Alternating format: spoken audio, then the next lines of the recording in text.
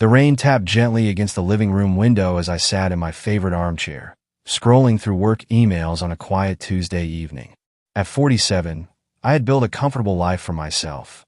A modest but cozy home in the suburbs, a successful career in real estate, and a family that, until recently, I believed was picture perfect. My wife, Rachel, and I had been married for 25 years, our relationship weathered by time, but seemingly strong. Our daughter, Emily, had just turned 22 and was finishing her final year at university. Rachel, a vibrant 45-year-old with a passion for interior design, had always been the social butterfly of our household.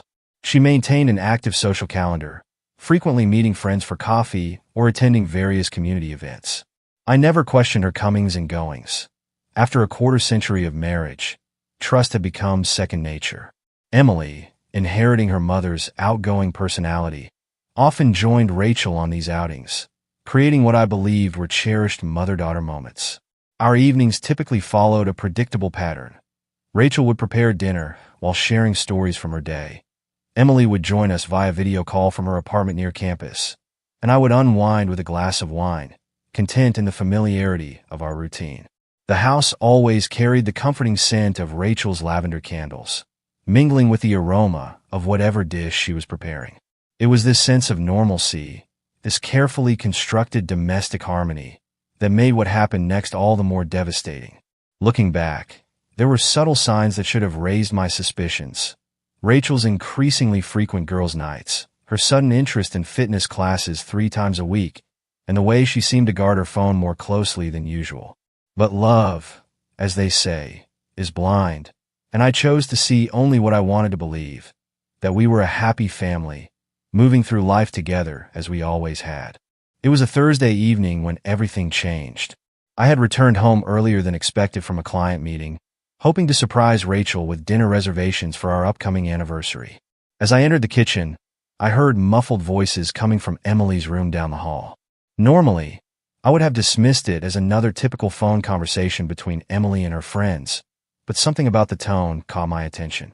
Pressing my ear closer to the door, I could make out my daughter's voice, unusually serious for someone her age. "Yeah, Mom's seeing him again this weekend," Emily whispered, her voice trembling slightly. "I've already arranged everything, the restaurant reservation, the hotel room downtown. She thinks it's just another one of her girls' nights, but I've set up the perfect romantic evening for them." My blood ran cold as I listened, each word hitting me like a physical blow. "He's so excited," Emily continued, oblivious to my presence just outside her door. "Kept texting me about how beautiful Mom looks in that new dress I helped her pick out."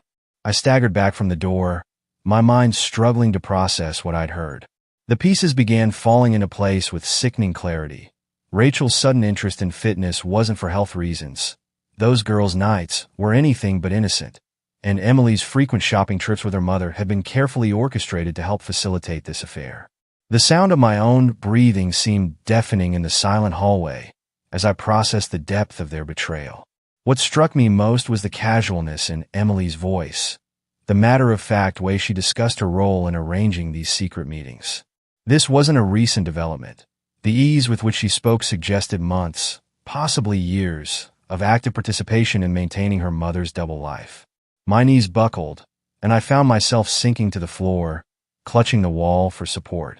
The woman I had loved and trusted for over 2 decades, and the daughter I had raised to value honesty and integrity, had been conspiring behind my back, treating their deception as if it were some elaborate game. The weight of their betrayal pressed down on me, each breath becoming more difficult than the last. I thought about all the times I had proudly watched Emily grow into adulthood, believing I was instilling in her the values that would guide her through life. Instead, she had learned to manipulate, to lie, to orchestrate deception with the same precision I had taught her to plan her studies or manage her finances. And Rachel, the woman who had promised to stand by me through thick and thin, had been systematically dismantling our marriage while I remained blissfully unaware.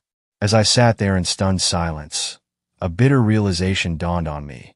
They hadn't just been lying to me. They had been protecting each other, forming a united front against me. The mother-daughter bond one had always admired had transformed into something dark and secretive, built on shared deception rather than genuine connection. The pain of Rachel's infidelity was compounded by Emily's complicity, making it impossible to separate one betrayal from the other. That night, I lay awake staring at the ceiling, every creak of the house amplifying the turmoil within me. Rachel's gentle breathing beside me sounded alien now, each inhale and exhale a reminder of the life we had supposedly built together.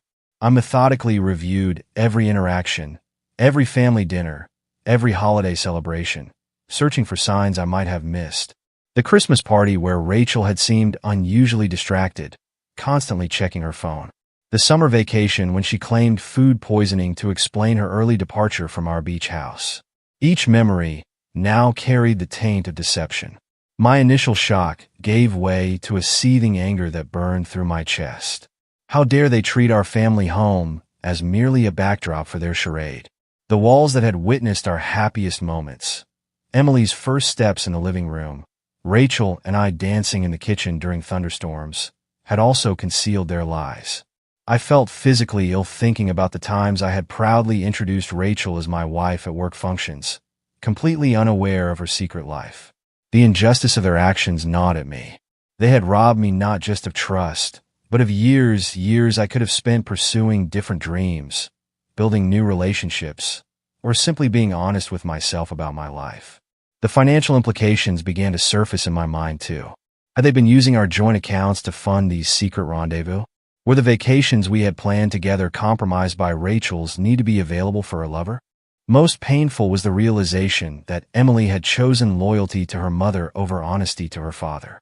All those late-night conversations about ethics and integrity during her college years.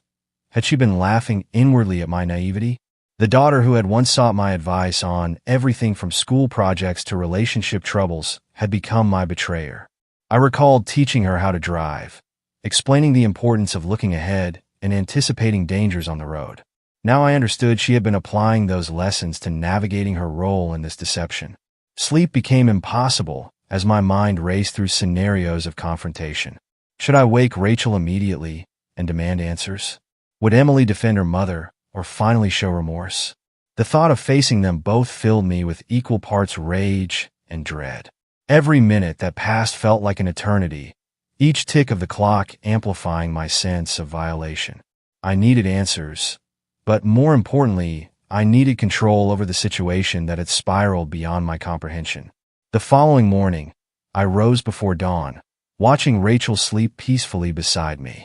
Her serene expression mocked my inner turmoil as I quietly dressed and headed to my home office. Methodically, I began examining our financial records, starting with the past 6 months of credit card statements. What I discovered confirmed my worst fears. Regular charges at upscale restaurants across town, boutique hotel stays on weekends I thought Rachel was visiting her sister, and numerous purchases from high-end lingerie stores. Each transaction felt like another dagger to my heart, but I forced myself to remain clinical in my approach. I created a detailed spreadsheet, cross-referencing dates with Rachel's supposed activities. The pattern emerged clearly. Every girl's night corresponded with expensive dinners and hotel bookings. Even more damning were the Uber receipts, showing pickups from locations far from her stated destinations. My hands trembled as I documented each piece of evidence, knowing that these weren't just numbers on a page, but concrete proof of their betrayal. The breakthrough came when I accessed Rachel's email account using the password she had carelessly left written in her planner. There, amidst mundane shopping confirmations and work correspondence, were emails exchanged with someone named D. Their messages painted a picture of a long-standing affair, filled with intimate details and plans for future meetings.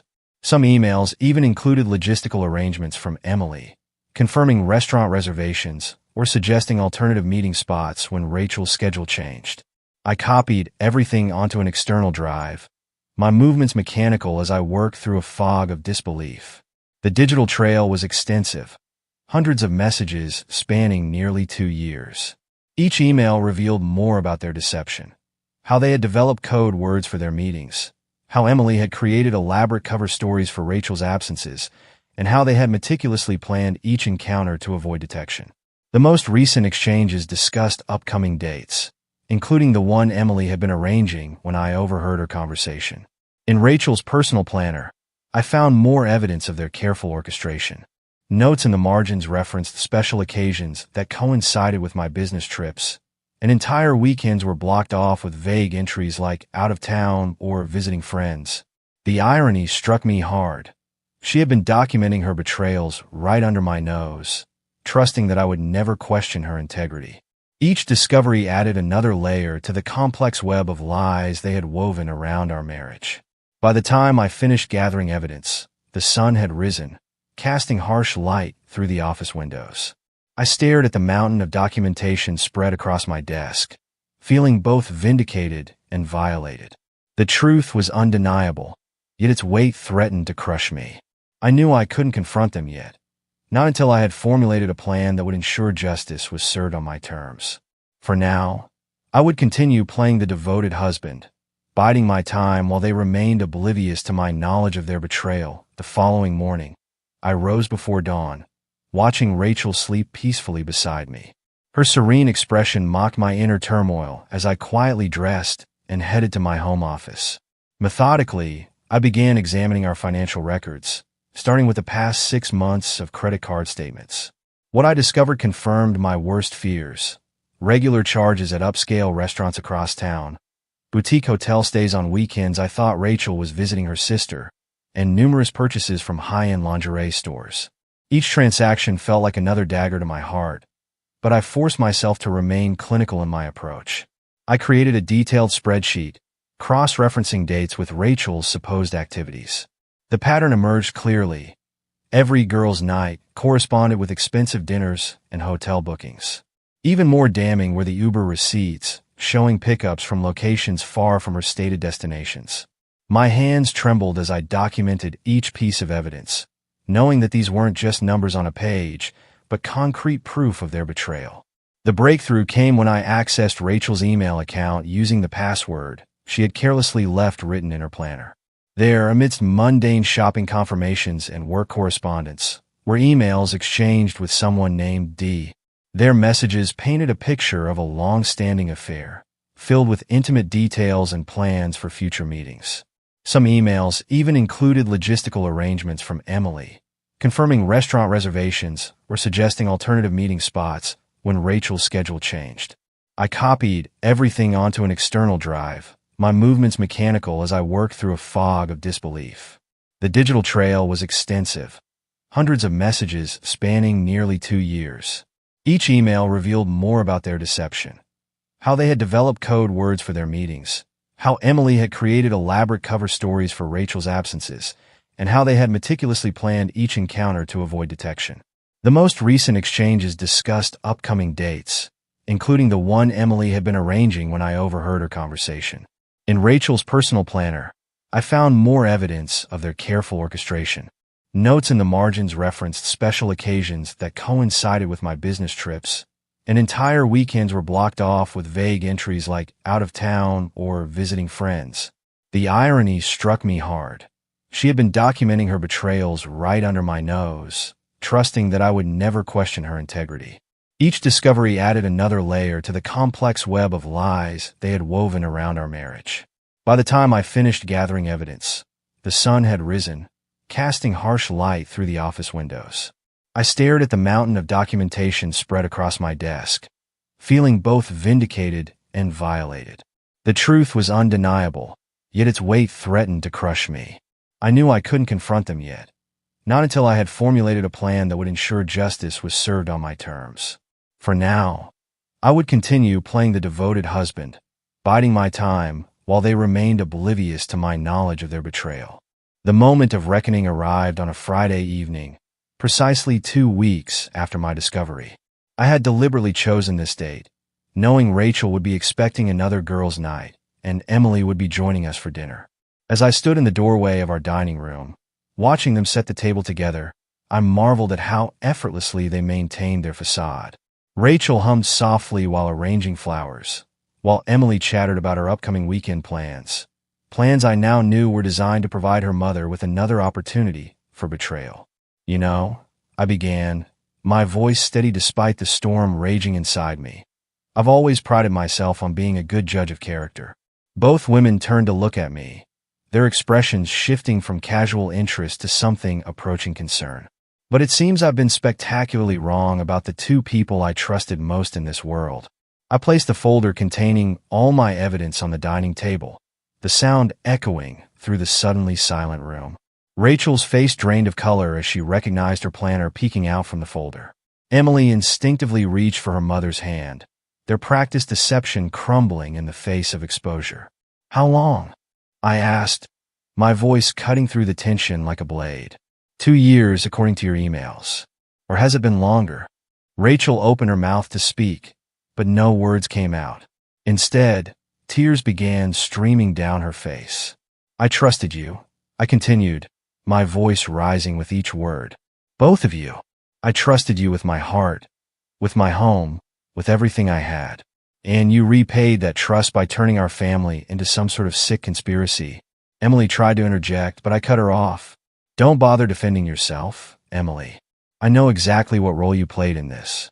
The reservations, the cover stories, the careful planning. You were her accomplice every step of the way." Rachel finally found her voice, though it trembled with emotion. "Please let me explain," she began, but I held up a hand to silence her. "Explain what? Rachel? That you've been leading a double life? That you've been lying to me for years? That our daughter has been helping you maintain this charade?" I pulled out printouts of their emails, watching as recognition dawned on their faces. "You thought you were so clever, didn't you? Planning your little escapes, covering your tracks, thinking I'd never suspect a thing." The air in the room grew heavy with unspoken guilt as I laid out every piece of evidence. Hotel receipts, restaurant bills, coded messages, each document adding another layer to their web of deceit. "Do you have any idea what this feels like?" I demanded, my voice breaking despite my attempts to maintain control. "To discover that the people you love most in this world have been systematically destroying everything you believed in." Emily finally spoke, her voice barely above a whisper. "Dad, I'm so sorry," but I couldn't bear to hear her excuses. "Sorry? You're sorry? You betrayed me, Emily. Your own father. And for what? To help your mother cheat on me?" I turned back to Rachel, whose tears had turned to silent sobs. "And you took vows, Rachel. You promised to stand by me, to be faithful. Instead, you've been playing house with another man while I remained oblivious to your betrayal." The confrontation stretched on for hours, each revelation more painful than the last. Yet through it all, I maintained an icy calm, refusing to give in to the raw emotions threatening to overwhelm me. I needed them to understand the full weight of their actions, to feel the devastation they had caused. When the night finally ended, we were no longer a family, just 3 strangers bound by a history of lies and broken promises. The days following the confrontation passed in a blur of legal proceedings and emotional turmoil. I filed for divorce immediately, citing irreconcilable differences and adultery. The court proceedings revealed even more about Rachel's deception: hidden bank accounts, property purchased under false pretenses, and a pattern of financial manipulation that had been occurring for years. My lawyer, initially skeptical about my claims, became increasingly disturbed by the extent of the evidence I had gathered. Child support arrangements took an unexpected turn when Emily, overwhelmed by guilt and shame, decided to distance herself from both parents. She transferred to a university on the other side of the country, severing ties with Rachel entirely. The mother-daughter bond they had sacrificed our marriage to protect crumbled under the weight of their exposed deception. Rachel, desperate to maintain some connection with her daughter, attempted reconciliation, but Emily refused all contact. Social consequences rippled through our community like shockwaves. Friends and neighbors, many of whom had unknowingly participated in their charade by covering for Rachel's supposed girls' nights, turned away in disgust. The local book club Rachel had led disbanded after members learned of her betrayal. Her interior design clients began canceling contracts, unwilling to associate with someone who had demonstrated such profound dishonesty. Financial repercussions proved equally severe. The court awarded me a significant portion of our shared assets, including the marital home. Rachel was forced to sell her beloved beach house, ironically, the very property she had used for many of her secret meetings. Her credit suffered as unpaid debts from her double life came to light, and several luxury store accounts were closed due to suspicious activity patterns. Perhaps most satisfying was witnessing Rachel's relationship with her paramour deteriorate. Deprived of the carefully maintained secrecy that had fueled their affair, and facing public scrutiny, their romance quickly soured. Within months, he had moved on to another partner, leaving Rachel truly alone, abandoned by her lover, estranged from her daughter, and shunned by society. 3 years have passed since that fateful confrontation, and I've built a life that bears little resemblance to the one I lost. My new home, a charming cottage overlooking the ocean, stands as a testament to my resilience and newfound independence. The sound of waves crashing against the shore has become my constant companion, replacing the silence that once echoed through our suburban house. I've embraced solitude not as a punishment, but as a gift, the freedom to rediscover who I am without the constraints of betrayal. Professionally, I've reinvented myself. Leaving behind the competitive world of real estate, I've found fulfillment in architectural restoration, working with historic buildings that, like me, have survived damage and emerged stronger. The work requires patience and precision, qualities I've cultivated through my journey of healing. Each restored structure serves as a metaphor for my own reconstruction, taking something broken and transforming it into something beautiful and enduring. Emotionally, the scars remain, but they've faded from open wounds to gentle reminders of my strength. Therapy helped me process the trauma, teaching me to separate my worth from others' actions. I've learned to appreciate the power of vulnerability, sharing my story selectively with those who deserve my trust. These connections, built on authenticity rather than obligation, have proven far more meaningful than any relationship I maintained in my previous life. My perspective on family has evolved dramatically. While I'll always carry the pain of Emily's betrayal, I've come to understand that true family isn't defined by blood, but by mutual respect and honesty. I've formed deep bonds with colleagues and neighbors who value transparency and integrity, qualities I now recognize as non-negotiable in any relationship. The emptiness left by Rachel and Emily's absence has been filled, not by bitterness, but by a rich tapestry of genuine connections. Perhaps the most profound change has been in my understanding of love and trust. I no longer view them as givens or entitlements, but as precious commodities that must be earned and maintained. This awareness hasn't made me cynical. Rather, it's made me more appreciative of authentic relationships. I've learned to recognize the subtle signs of deception I once ignored and to value communication over assumption. The experience, while devastating, has ultimately made me wiser and more discerning in my interactions with others. Closure came not through revenge or reconciliation, but through acceptance. Acceptance that some relationships are beyond repair, that people can disappoint us profoundly, and that we have the power to rebuild our lives regardless of circumstances. The man I am today, stronger, more self-aware, and genuinely content, wouldn't exist without the painful journey that brought me here. Rather than dwelling on what was lost, I focus on what I've gained: peace, purpose, and the unwavering knowledge that I can overcome even the deepest betrayals.